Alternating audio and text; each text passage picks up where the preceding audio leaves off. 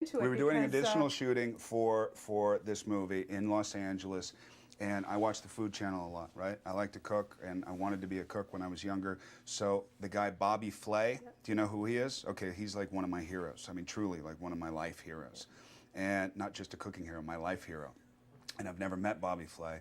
And a buddy of mine who was on the set, Toby Bronson, also a huge food, channel obsessor.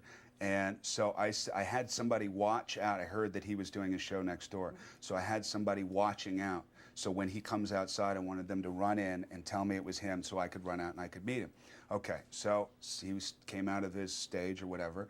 They told me I was in the middle of a scene. I didn't even say, excuse me for a second. I just left the scene, and I was shirtless, and I had that makeup on. So I saw him, and forgetting really, because I was so starstruck, forgetting that I had the makeup on, I said, Bobby, oh my God, I've always wanted to meet you. And I said, I'm Josh, and this, and I love your show. And I gave him a hug and all this.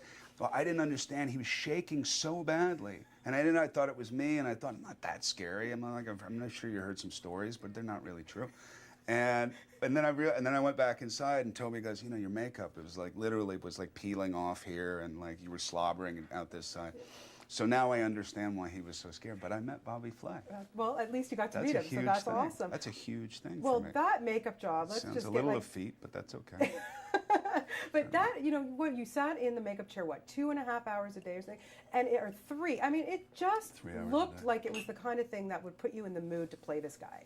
It did. It put me in a fairly, I remember Clint Eastwood saying during the spaghetti westerns, he was not a smoker. He's always been a health fanatic. And when he was smoking the cigars, that it would just, and that's where the squint and all that, he says this, where it came from, because he hated the cigars so much, it put him in this kind of awful mood. Well, it was the same thing with the prosthetics for this. The prosthetics weren't, look, Christian Tinsley did an amazing job. It was 3 hours. We figured by the end of the shoot, we had spent 5.5 days in the makeup chair, 24 hours a day, 5.5 days.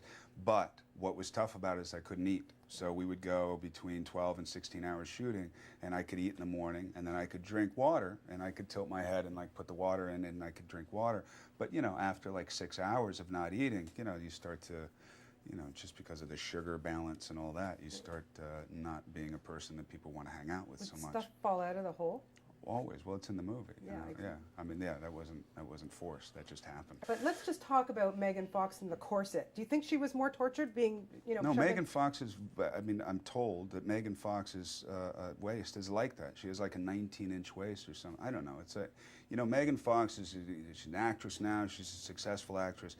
If it had been back then, she would have been like a sideshow, display, for sure. Crazy enough. You brought her on board for this, didn't you? I can't say that I brought her on board, but she was one person that I thought was appropriate for the thing. I think any girl could have played that. We could have gone with Melissa Leo. We talked about a lot of different names. I met Megan. I had read some of her articles. I thought she was really kind of acerbic and fun and didn't take herself too seriously then.